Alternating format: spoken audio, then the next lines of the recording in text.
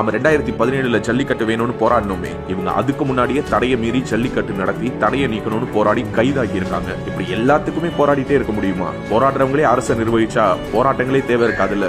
அதுக்கு தேர்தல் இவங்க அதையும் விட்டு வைக்கல. ஒரு தேர்தல் விடாம எல்லா தேர்தலையும் போட்டியிட்டாங்க. 3 வருஷத்துல 4 மடங்கு அதிகம் ஓட்டு வாங்கியிருக்காங்க. 17 லட்சம் வாக்குகள்.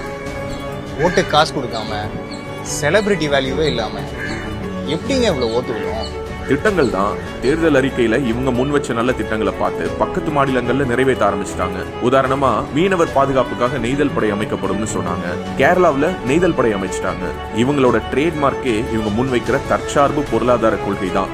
சந்தை பொருளாதாரம் அந்நிய முதலாளிகளுக்கானது, தற்சார்பு பொருளாதாரம் தான் நம் நாட்டுக்கும் மக்களுக்குமானதுன்னு பல வருஷமா சொல்லிட்டு இருக்காங்க. கொரோனா தாக்கத்துக்கு அப்புறம் தான் மத்திய அரசுக்கே இது புரியுது. இந்த மாதிரி தொலைநோக்கு பார்வையோட பல திட்டங்களை முன் வச்சிருக்காங்க. கல்வி, மருத்துவம், பாலின சமத்துவம்னு எல்லாத்துக்கும் புது திட்டங்கள் வகுத்து சொல்லியிருக்காங்க.